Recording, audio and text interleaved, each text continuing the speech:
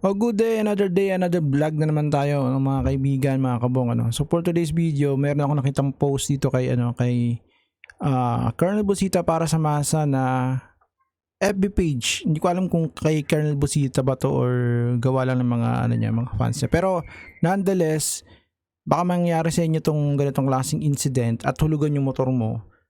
Alam mo ang gagawin mo. Alamin natin kung anong gagawin mo. Di-discuss natin ano yung pwedeng gawin, okay? So, ang sabi dito sa original caption from Nguyen Tan, pero meron dito nakalagay kasing Tan Bolbien Akol.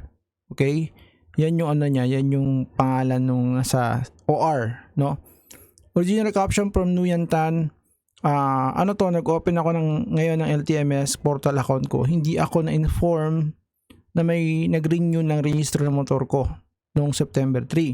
Samantalang ninakaw motor ko May 4. At ang pagkakalam ko, yung motor nasa police station 6. So, basically, na-recover yung motor. Okay?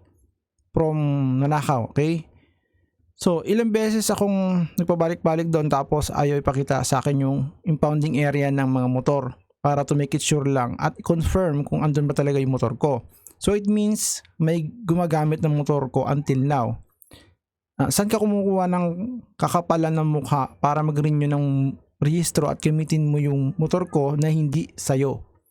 Tumatawag ako sa hotline ng Land Transportation Office Philippines pero hirap tawagan at laging busy. Nag-email na din ako ng incident report regarding to this matter at nag-message na din ako sa page nyo. Sana matrace nyo kung sino yung taong nag-register ng motor ko. May mga CCTV naman siguro sa kayo dyan sa office nyo. So ito yan kung nanakaw yung motor mo, kung example hulugan yung motor mo, nanakaw yung motor mo. So basically papa-alarm mo yan sa sa HPG. Yung HPG naman, i-transmit niya sa LTO para matrace kung saan ni-renew at i-hold yan ng LTO. Kasi ang dami kong experience na na-hold yung motor at yung tao. Kasi syempre questionable yun kasi nga nakaw yan eh. Reported siya na nakaw and then iimbestigahan yan, So ito, nanakaw yung motor niya and buti na lang na recover. Ang tanong kasi, bakit hindi na ibalik sa kanya yung motor? Kasi siya naman yung legal owner ng motor. Kasi meron niyang i-execute yung abogado dyan para i-release yung motor para in case kung for future yan sa evidence, nasa yung motor, ipapakita mo lang dun sa korte. In case lang naman, So ito yung mga tanong dito kung hulugan yung motor mo. Sample. So marami kasi mga cases na na-impound yung motor. Number 1 dyan yung na-involved sa accident. Yan. Na-involved sa accident yung motor. And then buhay yung may-ari. Di na kayang hulugan. So nandun yung motor sa impounding. And then yun nga, nanakaw. And then maraming cases na isa pa, number 1, ito pa, may na-encounter ako nito, walang lisensya. Yan, walang lisensya and then unregistered. Yan, impoundable kasi yan eh. So ngayon, syempre hulugan yung motor, ano gagawin natin, So ito, in case lang na nahanakaw yung motor nyo, hulugan, basically, police report, HPG alarm, yun yung kailangan mong para in case na hindi mo kayang bayaran, may ipe-present ka na in goodwill na meron kang dahilan na hindi makapagbayad kasi nga yung motor mo is nasa impounding area. Okay? So ngayon, ang gagawin mo yan pag di na kayang hulugan talaga, mag-i-issue ka sa financing o kaya sa bangko ng authorization to redeem yung yung motor mo, na sila na magre-redeem ng motor. Kasi technically ipo-pull out kasi yung unit para ma-compensate doon sa sa utang mo para ma-close na yung account mo. So kailangan talaga yan. And then itong tanong ko kasi nanakaw siya. So hindi niya na-report itong si Tan Bolbien ako. Hindi niya na-report to.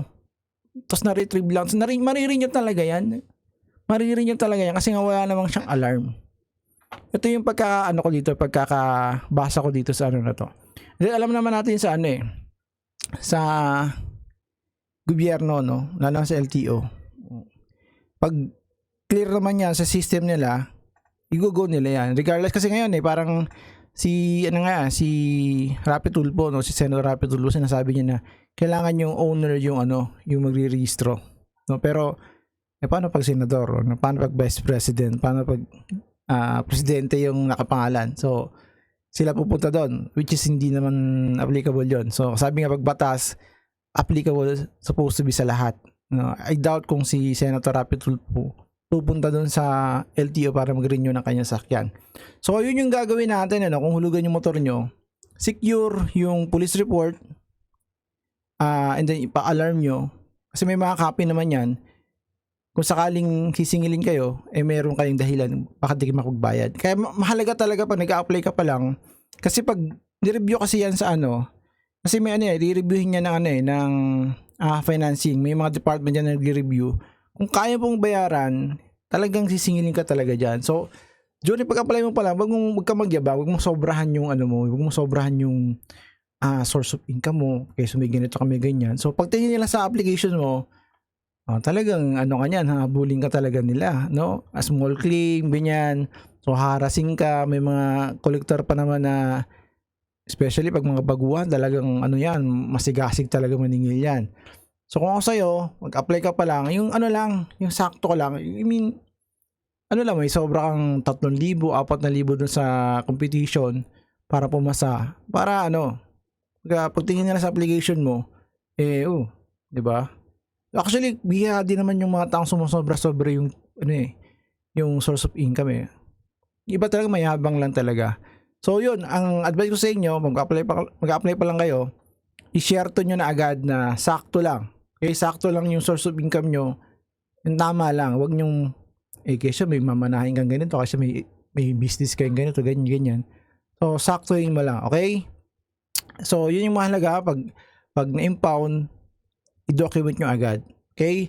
So, yun lang. Mas marami pa kasing tanong dito sa, sa FB page, sa may YouTube channel ko na, kagamit-gamit talaga doon sa mga senaryo na tulad ng ganito. And reviewin ko yung mga previous videos ko na may comments doon na talaga namang pwede nating pag-aralan, kung sakaling sa same kayo ng scenario, example ng sinosoli yung unit, tapos ayaw tanggapin ng financing company. So may dahilan kasi yan. So sa mga previous sa mga susunod na mga vlog natin, supposed to be yan ang pag-uusapan natin. Okay? So ayan, kung nagustuhan mo yung content for today, consider to subscribe. Kung may tanong kayo, comment down below para sakali ma-tackle natin at kapag-impart tayo ng knowledge sa ating mga viewers, kita ng value. Kung parad mo to, kung may value kang nakita dito or nakuha, consider to subscribe and hit that notification bell para notify sa mga future uploads natin. Yun lang, see you on the next video. Right.